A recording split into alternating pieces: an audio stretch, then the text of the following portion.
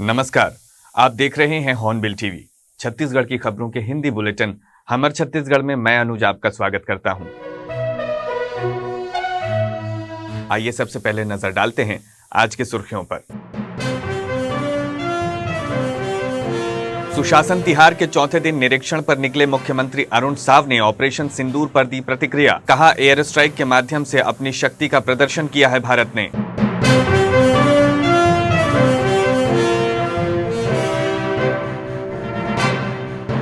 उप मुख्यमंत्री अरुण साव ने कहा, ऑपरेशन सिंदूर ने पाकिस्तान को यह दिखा दिया कि भारत में सिंदूर सिर्फ साज सज्जा नहीं बल्कि शक्ति और सम्मान का प्रतीक है।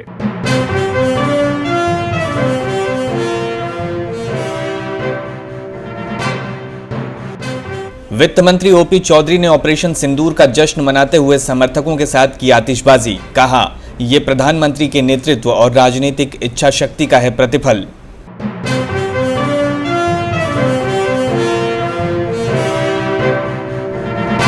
मुख्य समाचारों के बाद अब खबरें विस्तार से। छत्तीसगढ़ में मुख्यमंत्री विष्णुदेव साय के नेतृत्व में सुशासन तिहार का आयोजन जोर शोर से जारी है। यह अभियान प्रदेश में सुशासन की भावना को मजबूत करने और जनता की समस्याओं का मौके पर ही समाधान करने के उद्देश्य से चलाया जा रहा है। सुशासन तिहार के चौथे दिन रवानगी से पहले हेलीपैड पर मीडिया से चर्चा करते हुए मुख्यमंत्री साय ने बताया कि वे खुद गांव-गांव जाकर लोगों से संवाद कर रहे हैं और उनके मुद्दों को प्राथमिकता से हल करवा रहे हैं। उन्होंने कहा कि अभी तक अधिकांश शिकायतों का निराकरण हो चुका है, जबकि कुछ मामले समाधान शिविरों के तीसरे चरण में भी लिए गए हैं। सीएम साय ने बताया कि एक बार में 8 से 10 पंचायतों को जोड़कर समाधान शिविर आयोजित किए जा रहे हैं। इनमें सबसे अधिक मांग प्रधानमंत्री आवास योजना की सामने आ रही है, जिसे शीघ्र पूरा किया जाएगा। पाकिस्तान द्वारा ऑपरेशन सिंदूर के बाद बदले की धमकी पर मुख्यमंत्री ने कहा कि भारत ने पहले भी सर्जिकल स्ट्राइक और एयर स्ट्राइक के माध्यम से अपनी शक्ति का प्रदर्शन किया है। उन्होंने कहा कि पाकिस्तान के प्रधानमंत्री देश की जनता को जवाब देने से बचने के लिए इस प्रकार के बयान दे रहे हैं, जबकि सच्चाई सबके सामने है। कुछ बचे हैं तो समाधान शिविर अभी तृतीय चरण में लगातार 8 पंचायत 10 पंचायत ऐसा कलेक्टर बना के कर रहे हैं और उसमें भी समस्या का समाधान हो रहा है। बाकी ज्यादातर प्रधानमंत्री आवास की मांग आ रही है, उज्ज्वला योजना में गैस सिलेंडर की मांग आ रही है, जिसको आने वाले समय में पूरा करेंगे। अभी इसी महीने हमारे केंद्रीय पंचायत मंत्री शिवराज सिंह चौहान जी आ रहे हैं, उनका कार्यक्रम अंबिकापुर में होने वाला है, तो उस दिन 3.5 लाख से ज्यादा प्रधानमंत्री आवास फिर हम लोग को मिल जाएगा। तो जो भी मांग है वो भी हम लोग पूरी करें। अब पाकिस्तान की हालत तो सर्जिकल स्ट्राइक एयर स्ट्राइक सब में देख चुके हैं, अभी ऑपरेशन सिंदूर में भी देख चुके हैं उनकी क्या हालत हुई है, उनकी घिघी बन गई है। तो अपना मतलब लोगों से बचने के लिए कहे कि जवाब देना पड़ेगा अपने देश की जनता को, इसलिए कुछ भी वो लोग बोल रहे हैं।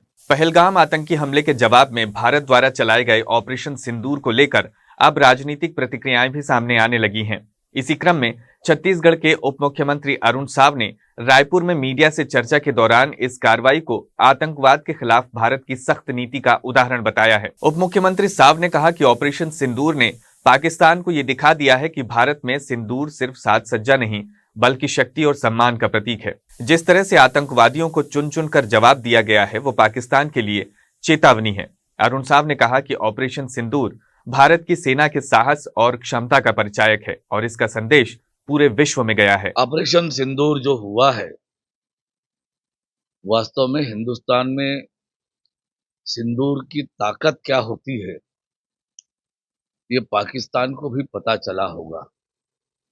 जिस प्रकार से आतंकवादी ठिकानों को चुन चुन कर नेस्तनाबूद किया गया है, ये पाकिस्तान के लिए कड़ी सबक है और पाकिस्तान पालित पोषित प्रायोजित आतंकवाद है,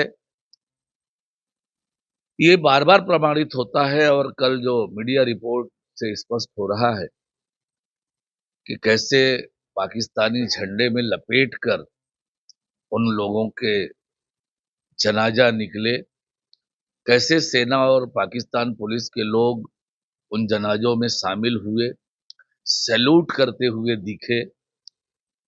पाकिस्तान सरकार के बड़े बड़े लोग उन जनाजों में गए ये बताता है कि पाकिस्तान का आतंकवादियों से कैसे और कितना संबंध है। और जो ऑपरेशन सिंदूर हुआ है, हमारे सेना के शौर्य, हमारी सेना की ताकत, सरकार की इच्छा शक्ति का परिणाम है और निश्चित रूप से इसका मैसेज पूरी दुनिया में गया है। सर्वदलीय बैठक आज हो रही है। किस तरह से ऑपरेशन सिंदूर लॉन्च किया गया, उसके सारी बातें सर्वदलीय बैठक में सभी राजनीतिक दल को बताई जाएगी और उस पर चर्चा होगी। देखिए, पाकिस्तान के जो आज हालात हैं, वो किसी से छुपी नहीं है और भारत पाकिस्तान के गीदड़ भभकी से डरने वाला नहीं है। भारत के सुरक्षा बल, भारत की सरकार पाकिस्तान के हर तरफ से मुकाबला करने के लिए तैयार है। देखिए, जो मैसेज है ऑपरेशन सिंदूर का, उसे जो नहीं समझेंगे उसके लिए मुझे कुछ नहीं कहना है, पर देश की जनता में, दुनिया में जो मैसेज गया है कि देश के, भारत में, हमारी परंपरा में सिंदूर का क्या महत्व है, ये दुनिया को भी पता चला है। देखिए, राज्य सरकार ने स्वामी आत्मानंद स्कूल संचालित किया, पर उसके भविष्य को लेकर कोई योजना नहीं बनाई, कोई रेगुलर सेटअप स्वीकृत नहीं किया, रेगुलर उस विद्यालयों के संचालन की कोई व्यवस्था सरकार के स्तर पर नहीं बनाई। संविदा के कर्मचारी संविदा में कर और अलग-अलग विभागों के अलग-अलग मद के फंड से वो स्वामी आत्मानंद स्कूल चलाई। अब पीएम श्री स्कूल के माध्यम से सर्व सुविधापूर्ण स्कूल संचालित होगा और निश्चित रूप से आने वाले समय में उसके परिणाम आपको दिखेंगे। देखिए, जिस प्रकार से उन्होंने भूपेश बघेल की सरकार में शिक्षा व्यवस्था की दुर्दशा हुई, उसके तरफ से ध्यान हटाने की वो कोशिश न करें। हमारी सरकार प्रतिभावान बच्चों के उज्जवल भविष्य के लिए जो कुछ भी निर्णय करना होगा हम करेंगे। 22 अप्रैल को जम्मू कश्मीर के पहलगाम में हुए आतंकी हमले का भारत ने करारा जवाब देते हुए ऑपरेशन सिंदूर के तहत पाकिस्तान के 9 आतंकी संगठनों के ठिकानों पर जवाबी कार्रवाई की है। ये कार्रवाई देर रात की गई, जिसमें करीब 100 से अधिक आतंकियों के मारे जाने की खबर है। इस जवाबी कार्रवाई ने एक बार फिर भारत की सुरक्षा नीति और सेना की दृढ़ता को दर्शाया है। छत्तीसगढ़ के वित्त मंत्री ओपी चौधरी ने इस कार्रवाई को लेकर प्रतिक्रिया देते हुए कहा कि प्रधानमंत्री नरेंद्र मोदी के नेतृत्व और राजनीतिक इच्छा शक्ति का यह प्रतिफल है कि आज हमारी सेना आतंकियों को उनके घर में घुसकर मार रही है। उन्होंने कहा कि भारत अब पहले की तरह सहन नहीं करता, बल्कि हर दुस्साहस का मुंहतोड़ जवाब देता है। चौधरी ने ऑपरेशन सिंदूर का जश्न मनाते हुए अपने समर्थकों के साथ आतिशबाजी की और मिठाइयां बांटी।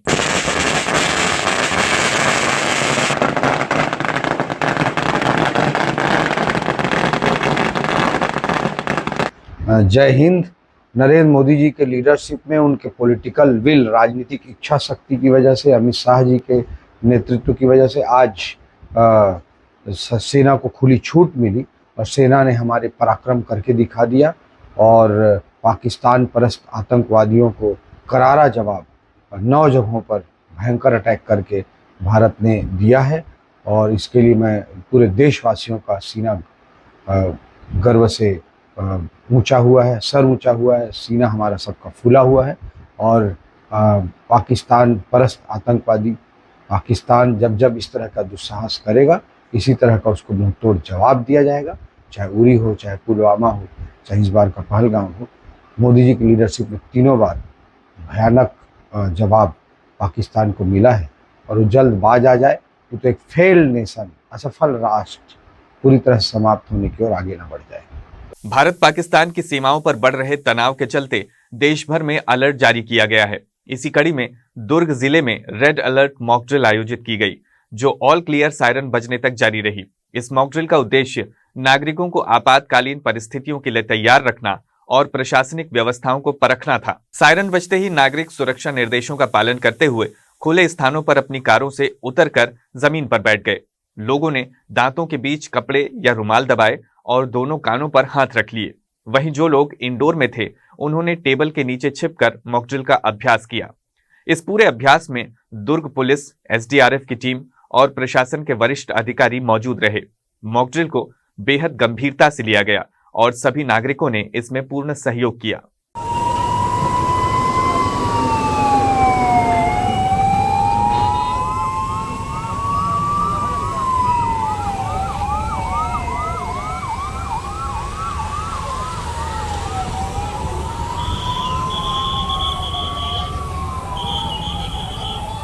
यहाँ से भेजा गया कि यहाँ पर एक घटना हुई, आग लगने की घटना हुई, अटैक हुआ है और उसके एवज में रिस्पांस टाइम कितना रहा सभी एजेंसीज का उसको मॉनिटर किया गया। एसडीआरएफ की टीम, जिला बल, एनडीआरएफ की टीम ये सभी यहाँ पर पहुंचे, फायर ब्रिगेड पहुंची, आग बुझाएगी, आग पर काबू पाया गया। जो अंदर कुछ घायल थे उनको निकाला गया, उनको इवैक्यूएट करके जिला अस्पताल, मेडिकल कॉलेज अस्पताल और एक टेम्परेरी हॉस्पिटल भी सेटअप किया गया है नलघर में, वहाँ पर भेजा गया। सभी जगह पर रिस्पांस टाइम नोट किया गया है और इसमें जो कुछ भी कमियां, इनका एनालिसिस, डिब्रीफिंग किया जाएगा और जो कुछ भी कमियां होंगी कहीं पर उनको दूर किया जाएगा ताकि आगे भविष्य में अगर कोई ऐसी वास्तविक घटना होती है तो उसमें और कम टाइम में रिस्पांस किया जा सके और कैजुअलिटीज या जो घायल होने की संख्या है वो कम से कम। टोटल कितने जगहों पर हुआ है? ट्रैफिक रोकने के लिए 6-7 जगहों पर किया गया था और इसके अलावा ये जो एक इंसिडेंट रिस्पांस था ये केवल यहाँ पर एक सूर्या मॉल में किया गया था। इसके अलावा जिले में ब्लैकआउट भिलाई सेक्टर एरिया में रखा गया है, प्लांट एंड सेक्टर एरिया में शाम को 7:30 से 7:45 का टाइम उसके लिए रखा गया है। तो उसके लिए सभी को अपील किया गया है कि पैनिक ना हो, जब सायरन अलार्म होगा तो उस समय, उसके पहले तक अभी सामान्य गतिविधियां करते रहें। जिस समय भी सायरन साउंड होगा उस समय केवल उनको अपने घर की लाइट्स ऑफ कर देनी है। घर, दुकान, प्रतिष्ठान जो भी है, ऑफिस है, उनकी लाइट्स ऑफ कर दें। वाहन में यदि चल रहे हैं तो उसको सड़क के किनारे सुरक्षित खड़ा करके और उसकी हेडलाइट्स ऑफ करके सड़क के किनारे उल्टे होकर के लेट जाएं, अपने दांतों में कपड़े दबा लें और कान को बंद कर लें। मॉक ड्रिल ट्रैफिक रोकने के लिए 6 स्थानों पर किया गया था और ये जो इंसिडेंट वाला रिस्पांस सिस्टम था, फायर अलार्म और इवैक्यूएशन रेस्क्यू, ये केवल एक जगह यहाँ पर सूर्या मॉल में। भिलाई इस्पात संयंत्र को सेंसिटिव क्षेत्र मानते हुए वहां भी अलग से एक बड़ी मॉकड्रिल का आयोजन किया गया। इस मॉकड्रिल का उद्देश्य आपदा प्रबंधन की तैयारी को परखना और आपात स्थितियों में सामूहिक प्रतिक्रिया को मजबूत करना था। इस अभ्यास के लिए संयंत्र के 3 प्रमुख स्थानों का चयन किया गया: मानव संसाधन विकास विभाग, रेल एवं स्ट्रक्चर मिल और ब्लास्ट फर्नेस के सामने स्थित वेलफेयर बिल्डिंग। इन स्थानों से लगभग पूरे संयंत्र को कवर किया गया। इस मॉकड्रिल में एनडीआरएफ, एसडीआरएफ, सीआईएसएफ और बीएसएफ की टीमों ने भाग लिया और बीएसपी की टीमों ने भाग लिया। ड्रिल के दौरान युद्ध, हवाई हमले और औद्योगिक दुर्घटनाओं जैसे परिदृश्यों पर अभ्यास किया गया। इस दौरान राहत और बचाव कार्यों की रणनीतियों को बारीकी से लागू किया गया। हर स्थिति का योजनाबद्ध तरीके से अभ्यास कर आपदा से निपटने की तैयारियों को परखा गया। इसी क्रम में शाम के समय भिलाई टाउनशिप में ब्लैकआउट कार्यक्रम भी आयोजित किया गया। पूरे शहर ने इसमें सक्रिय सहयोग दिखाया। नागरिकों ने निर्देशों का पालन करते हुए अपने घरों, दुकानों और गाड़ियों की लाइटें बंद रखीं। सड़क किनारे वाहन खड़े कर आम लोगों ने भी इस प्रयास को सफल बनाया। अंधेरे में भी भारत जिंदाबाद के नारों से देशभक्ति का माहौल बना रहा।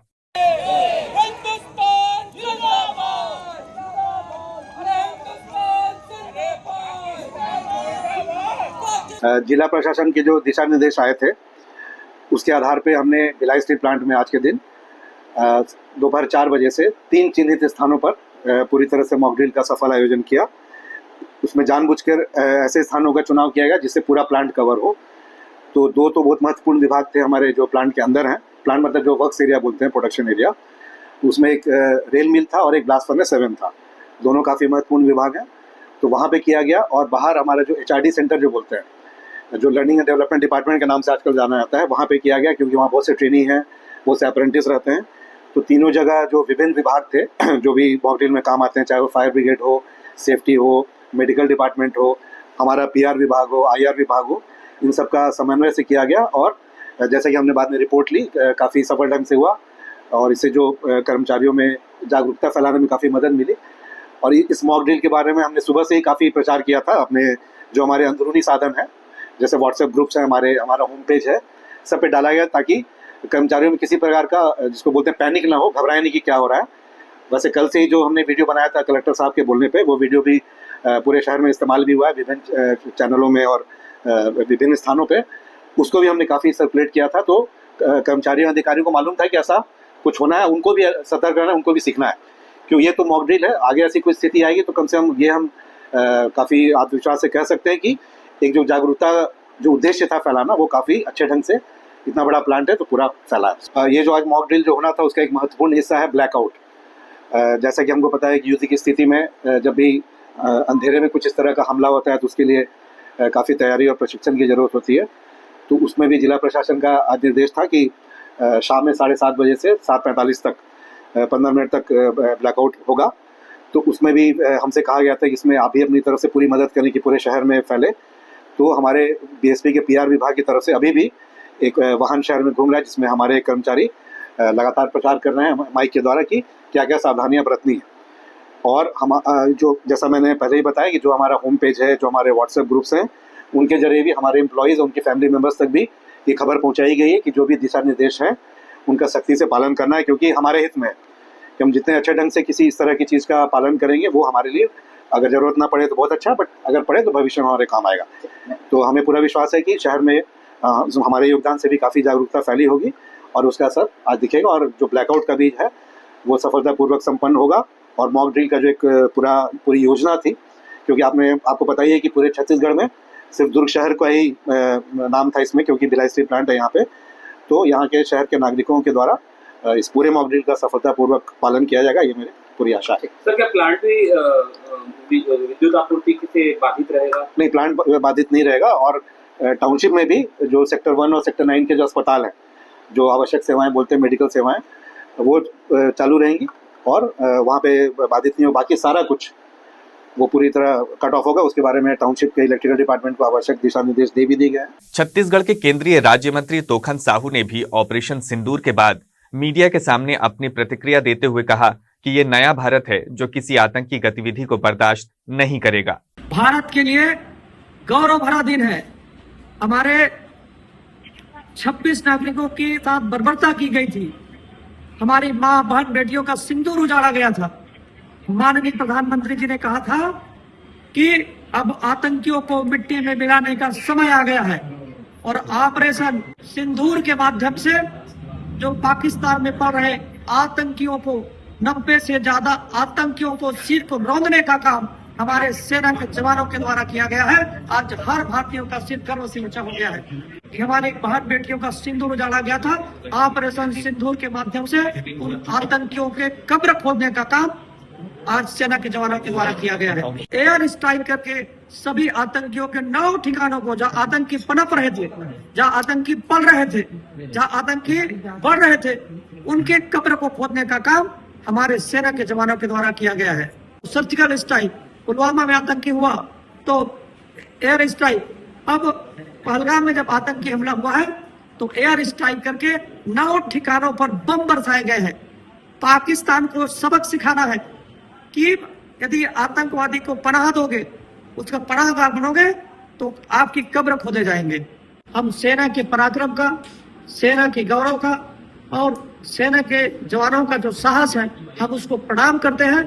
एक एक हमारी बहनों का जो सिंदूर उजाड़ा गया था, जो एक एक नागरिकों के ऊपर जो हमला किया गया था, उनकी हत्याएं की गई थी, उसका बदला लिया गया है। और आगे भी जब तक एक भी आतंकी बचेंगे तब तक ये ऑपरेशन चलता रहेगा। ये नया भारत है। भारत के दुश्मनों के लिए ये जवाब है। जो भारत की तरफ आंख उठा करके देखेंगे, उसका आंख निकाल लिया जाएगा। ये माननीय मोदी जी की सरकार है। ऑपरेशन सिंदूर के बाद तेजी से राजनीतिक प्रतिक्रियाएं सामने आ रही हैं। छत्तीसगढ़ के गृह मंत्री विजय शर्मा ने भी मीडिया के सामने इस विषय पर अपनी प्रतिक्रिया दी। पाक अधिकृत कश्मीर के उन स्थानों में जहां पर आतंकवाद पलता था, उन सारे ही स्थानों को नेस्तनाबूद किया गया है। भारत की सेना के जवानों की भुजाओं की ताकत पर यह संभव हुआ है।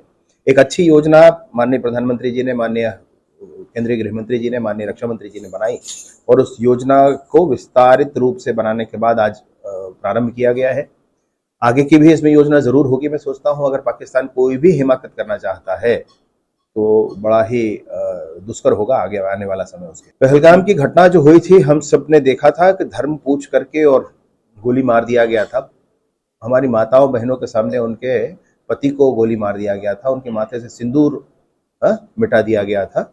और इसलिए उसी सिंदूर को याद करके, माताओं बहनों की उस व्यथा को याद करके ये निर्धारित किया गया, मैं सोचता हूँ कि इस ऑपरेशन का नाम सिंदूर होना चाहिए, क्योंकि हम इसीलिए आगे बढ़ रहे हैं।